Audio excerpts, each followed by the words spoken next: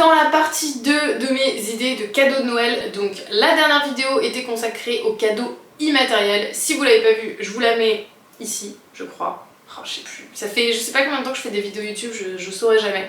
Je vous le mets dans le petit i, on va dire ça, et je vous le mets aussi en barre d'infos. Du coup, aujourd'hui, on va consacrer cette vidéo plutôt aux cadeaux matériels. Alors, évidemment, on essaye de réfléchir à sa consommation, on essaye de pas acheter des cadeaux inutiles. Je trouve que Noël est particulièrement doué pour nous faire acheter des cadeaux inutiles pour nos proches par pression en fait. Moi ça me rend ouf et en même temps je l'ai déjà fait parce que je me sens obligée et que je connais pas suffisamment les goûts de la personne en face de moi pour lui acheter un cadeau qui lui fera vraiment plaisir ou alors qui lui sera vraiment utile. Du coup on va essayer de trouver des idées de cadeaux qui puissent plaire et en même temps être utiles, donc let's go!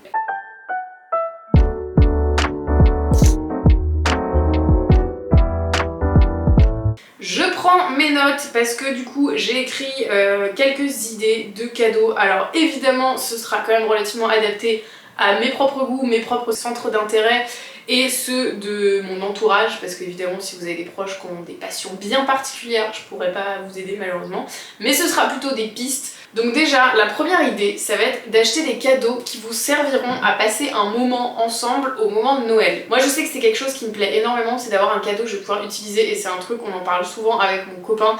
En fait je pense que ça nous rappelle l'époque où on recevait des jouets à Noël et on pouvait jouer toute la journée et tous les jours à venir après Noël. Je trouve que ça prolonge un peu ce moment plaisir en famille, etc.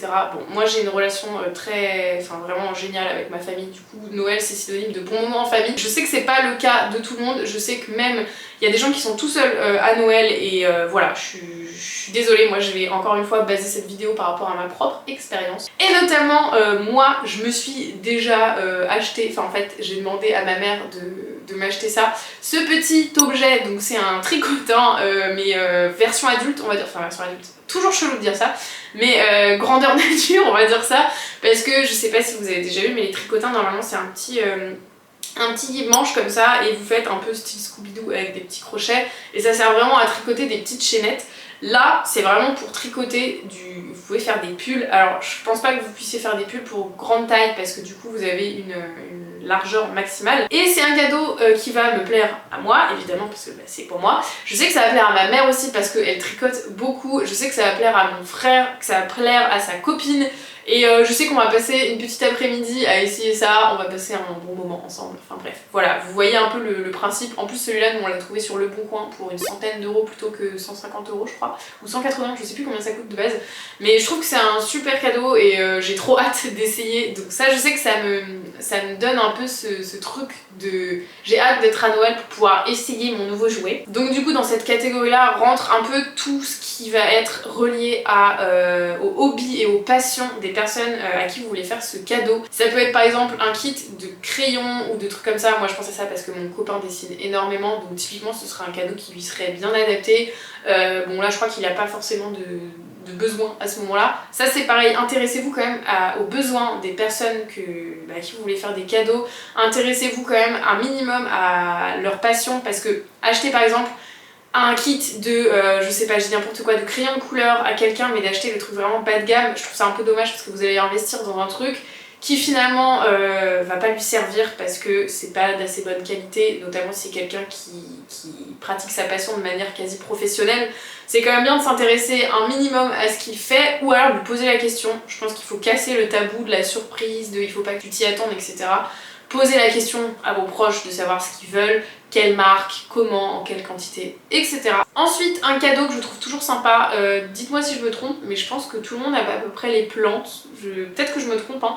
Peut-être que aussi il y a des gens qui n'arrivent pas à en prendre soin et ça a été mon grand problème pendant longtemps. Mais du coup acheter une petite plante en pot ou alors même des graines à faire pousser, moi je trouve ça vraiment cool. Notamment moi je sais que j'ai planté un petit, je sais pas si vous voyez ce que c'est, les papiers ensemencés. J'avais reçu un petit calendrier avec chaque page en fait correspondait à des graines correspondant à chaque saison. Je trouvais ça trop bien et j'ai planté ce petit papier ensemencé dans de la terre, j'ai juste arrosé. et genre 3-4 jours plus tard j'avais des petits semis de tomates. Vous avez vraiment ce processus de la plante qui pousse, je trouve ça trop bien. Ça me ramène un peu un truc de candeur d'enfance que moi j'aime beaucoup à Noël. Ce petit calendrier là, moi c'était un goodies qui venait avec un truc qu'on m'a envoyé pour une OP Instagram. Je vous avoue je sais plus avec quoi c'était. Si je retrouve des calendriers un peu dans le même style, j'essaierai de vous les mettre en barre d'infos. Ça me fait penser, ce matin j'ai regardé une vidéo de Colline et en fait elle conseillait un pot de plantes, je me rappelle plus du nom donc je vais aller regarder. Ouais, ça s'appelait We Pot. Et en fait, je trouve ça vraiment pas mal, soit pour les gens qui apprécient les plantes, soit pour ceux qui aiment bien mais qui les font crever. Je trouve ça vraiment pas mal. Alors c'est pas donné parce que le plus petit pot coûte 37,99€ et ça va jusqu'à 80€ pour le plus gros. Et en fait c'est vachement bien parce que c'est un pot à double paroi. Vous avez une première paroi en verre où vous allez mettre votre eau et une deuxième paroi ensuite où vous mettez votre plante dans un pot en terre et grâce à la capillarité, l'eau va pénétrer dans le pot en terre et ensuite diffuser l'arrosage dans la terre. Ça vous permet d'avoir un arrosage assez progressif et en fait pas avoir trop d'eau d'un coup ou pas assez. Donc je trouve que c'est pas mal. Colline disait qu'au final, même elle qui a quand même l'habitude de prendre soin de ses plantes, elle a vu une vraie différence sur la croissance de ses plantes et leur beauté générale. Donc je trouve ça très cool, c'est quand même un budget, donc soit le petit avec une plante ça peut être sympa, soit le plus gros, enfin peu importe, vous vous avisez selon votre budget évidemment. Ensuite, qu'est-ce que j'ai mis dans ma liste? Ah ouais, les kits DIY. Alors ça vraiment, je trouve que c'est un trop bon cadeau, encore une fois dans cette optique de faire un truc au moment de Noël, je trouve ça trop sympa. Moi j'ai envie de vous conseiller le kit We Are Knitters parce que j'ai participé à une journée presse, ils m'avaient invité. J'ai kiffé l'expérience et surtout je connais parce qu'ils m'ont donné un petit kit pour tricoter une écharpe. Et bah d'ailleurs je vais aller vous le chercher, je vais vous montrer ça. Donc voilà à quoi ça ressemble. Vous avez votre petit kit comme ça et en fait dedans vous avez tout ce qu'il vous faut pour ne rien avoir à racheter. Donc moi j'avais mes deux aiguilles énormes comme ça, je sais plus ce que c'est la taille, bref. Ensuite vous avez évidemment le modèle, le patron que j'ai sorti je crois qui est juste là, voilà. Vous avez tout le petit livret pour vous expliquer vraiment pas à pas comment faire votre petite écharpe. Je crois qu'il y a plusieurs langues, donc il y a anglais, allemand, italien, français, espagnol. Donc ça si jamais vous avez de la famille étrangère, sachez que les patrons se déclinent en plusieurs langues. Vous avez votre pelote de laine et vous avez ces petites aiguilles là comme ça qui vous servent à re-rentrer la laine une fois que vous avez fini. Donc vous avez même une petite étiquette si jamais vous voulez la coudre à l'intérieur. Donc voilà, vous avez vraiment votre kit prêt à l'emploi, ça je trouve ça vraiment très sympa. Si jamais je trouve d'autres idées de kits comme ça, prêt à l'emploi, je vous les mettrai en barre d'infos. Là j'avoue j'en ai pas d'autres qui me viennent à l'esprit, je me suis rappelé du We Are Knitters parce que moi on me l'a offert. Mais voilà, encore une fois, let's go en barre d'infos pour tout regarder. Ensuite, un cadeau pour les personnes menstruées. Je vous conseille d'acheter des culottes de règles pour personnes menstruées qu'il y a autour de vous. Parce que c'est juste génial et moi ça m'a vraiment changé la vie, je trouve ça tellement plus confortable. En plus de ça, niveau santé, c'est quand même meilleur pour éviter les chocs toxiques, etc. Bon bref, je vais pas vous en parler maintenant. Je sais qu'à Noël, peut-être que vous avez de la famille, ça peut être un peu tabou, je ne sais rien. Bon, faudrait plus que ça le soit, mais ça peut être aussi une question de pudeur, ça faut respecter. Mais si vous êtes ok avec ça et que vous avez des personnes du coup menstruées autour de vous qui n'ont pas encore de culottes de règles ou alors qui en ont une ou deux, et clairement on n'en a jamais trop, franchement je vous conseille par contre celle de Minastorm parce que j'en ai testé plein. Donc j'ai testé les Moods, vraiment bien, ça c'est place numéro 2 du podium en dessous des Mina. J'ai testé aussi les Panties, mais niveau absorption pas ouf, donc ça va pour des petits flux et niveau confort par contre elles sont incroyables. J'ai testé aussi les, je me rappelle plus du nom, je vous mettrai le nom à l'écran, mais j'ai eu les fuites, donc ça pas cool du tout.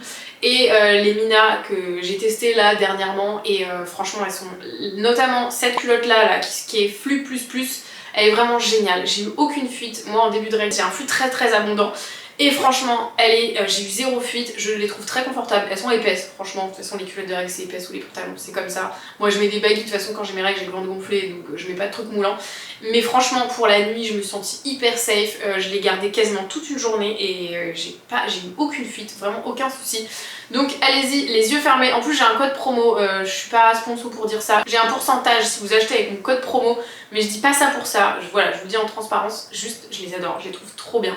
Donc je vous mets mon code promo, je crois que c'est Céline10 et je vous le mets de toute façon en barre d'infos. Ensuite, pour continuer dans la catégorie vêtements, donc pour rester un peu responsable, je dirais que le mieux c'est les vêtements utiles, mais on va pas négliger aussi la partie plaisir, notamment moi la mode je la consomme plus par besoin mais par plaisir, c'est un fait. Dans la partie utile, ce qui est bien c'est d'acheter des vêtements qui vont vraiment servir aux personnes à qui vous les offrez, donc typiquement la culotte de règle hyper utile.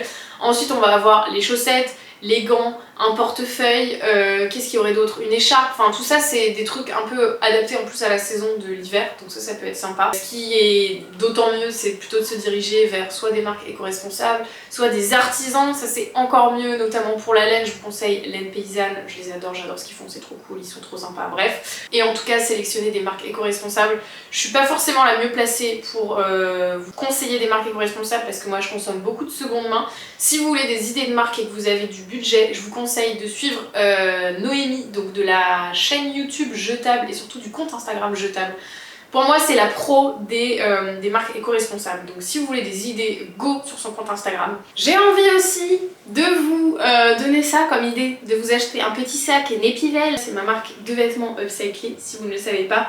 Malheureusement à l'heure où je vous parle, je pense que les précos qui seront envoyés avant Noël ne seront plus dispo, je sais pas, ça faudra aller voir sur le site ou sur mon Insta, vous le saurez. Et voilà, donc Nepivel c'est une marque de vêtements upcyclés, tout est fait à partir de tissus de deadstock, donc j'essaye de rien produire de neuf à part le fil on va dire. Ça coûte 80 €, je sais que c'est un budget mais c'est de l'upcycling, c'est fait en France, c'est fait à la main, c'est fait de manière éthique avec des matériaux upcyclés, donc voilà, n'hésitez pas à aller voir ça. Pour la partie mode plus plaisir, je vous encourage évidemment à aller vers de la seconde main et de l'éco-responsable comme je disais avant, et peut-être à plutôt vous orienter vers de la carte cadeau. Alors je sais que c'est moins sexy sous le sapin, mais en vrai je trouve ça mieux parce que c'est facile de se tromper pour un vêtement. Moi typiquement même mon copain que je connais par cœur, on vit ensemble depuis 9 ans, voilà, je connais ses goûts, j'ai toujours un peu peur de me tromper, donc soit je lui demande, soit je suis sûre, soit une carte cadeau ça peut être une bonne option. Si vous voulez acheter par exemple chez des friperies en ligne, des petites friperies comme Frusque, vous savez que j'adore, demandez-lui d'éditer une carte cadeau. Alors je sais plus si elle le refait cette année, je pense que oui, sincèrement. Si les friperies en ligne que vous connaissez, que vous appréciez ne font pas de carte cadeau, ou en tout cas n'ont pas communiqué là-dessus, demandez-leur parce que sincèrement je suis quasi sûre qu'elles seront ok pour vous faire un petit bon d'achat de 50, 80 €, enfin peu importe le budget que vous avez. Et du coup ça vous permet d'offrir un joli cadeau à un proche sans vous tromper, parce que finalement pour moi le pire des cadeaux c'est celui qui sert pas et qui restera dans un coin, je trouve ça vraiment très dommage. Donc voilà, une carte cadeau ça vous permet de pas vous tromper ni sur le style ni sur la taille d'ailleurs. Pour tout ce qui est marque de vêtements, friperie en ligne, etc., je vais pas vous donner une liste parce que je l'ai déjà fait l'année dernière et ça n'a sensiblement pas changé. J'ai juste envie quand même de vous parler de la marque de bijoux de Charlotte Lavergne que j'ai découvert il y a pas longtemps, que j'adore. Elle m'a envoyé des bijoux et je suis extrêmement flattée parce que c'est une artisane, je pense que ça se dit comme ça, et j'aime trop, j'adore le détail de ces bijoux, l'argent est magnifique, enfin voilà, je vous mettrai des photos, jugez par vous-même, et moi j'adore le style de cette marque, donc j'avais envie de vous en parler. Et pour terminer, j'ai envie de vous conseiller une catégorie de cadeaux que je trouve assez cool à s'offrir un peu en groupe, c'est les jeux de société. Je trouve que, alors je sais pas si vous aimez bien, je pense qu'il y a vraiment deux catégories de personnes, les gens qui apprécient, les gens qui aiment pas du tout. Et je trouve que c'est pareil, c'est un bon moment à passer ensemble, en famille ou avec vos potes au moment de Noël. Et franchement il y a tellement de jeux vidéo différents. Nous je sais qu'avec nos potes on joue à un jeu que j'adore, enfin qu'on adore tous d'ailleurs, qui s'appelle Citadel. Il est trop bien, il est hyper complet. Vous avez un principe de vous sélectionner vos personnages à chaque tour et le personnage que vous choisissez va avoir des actions différentes. Enfin je vais pas vous expliquer parce que ça va être immensément long et je pense que je suis pas très douée pour expliquer les règles. Mais voilà, je vous conseille peut-être d'aller vers des jeux de société. C'est des trucs qui se trouvent en plus très facilement en seconde main. Dans les Emmaüs, il y en a assez régulièrement. Vous pouvez regarder sur Le Bon Coin, sur Vinted, ou si vous achetez neuf, je trouve que c'est pas une... Je sais pas moi, acheter neuf un jeu de société, alors faudrait que je m'intéresse à où est-ce que c'est produit, franchement j'ai jamais regardé, mais ça me fait moins drôle que d'acheter un truc inutile ou un goodies ou un truc comme ça qui sera produit en Chine. Donc voilà, n'hésitez pas à offrir des jeux de société à votre famille, même à vous faire des cadeaux un peu en commun, je trouve que c'est assez sympa. C'est un peu comme les voyages, je trouve, s'offrir un voyage, c'est des souvenirs, c'est des moments, et moi je crois que finalement ce que j'aime dans Noël, c'est passer des moments, avoir des vrais moments comme ça en famille plutôt que les cadeaux, évidemment c'est super bateau de dire ça, mais c'est une réalité. Je pense que j'ai fait le tour. Encore une fois, comme pour la première vidéo, n'hésitez pas à mettre en commentaire vos idées de cadeaux de Noël, ce que vous aimeriez bien recevoir, ce que vous avez reçu et qui vous a fait vraiment très plaisir. Enfin voilà, comme ça on s'inspire les uns les autres pour essayer d'avoir un Noël éco-responsable mais qui fait quand même plaisir. Et puis je vous dis à bientôt, je sais pas pour quand, pour une nouvelle vidéo. Je pense que la prochaine vidéo qui sortira, ce sera peut-être ma vidéo déco que je vais vous sortir il y a une semaine. Et puis voilà, je vous fais des bisous et si je refais pas de vidéo d'ici là, et je vous souhaite un joyeux Noël.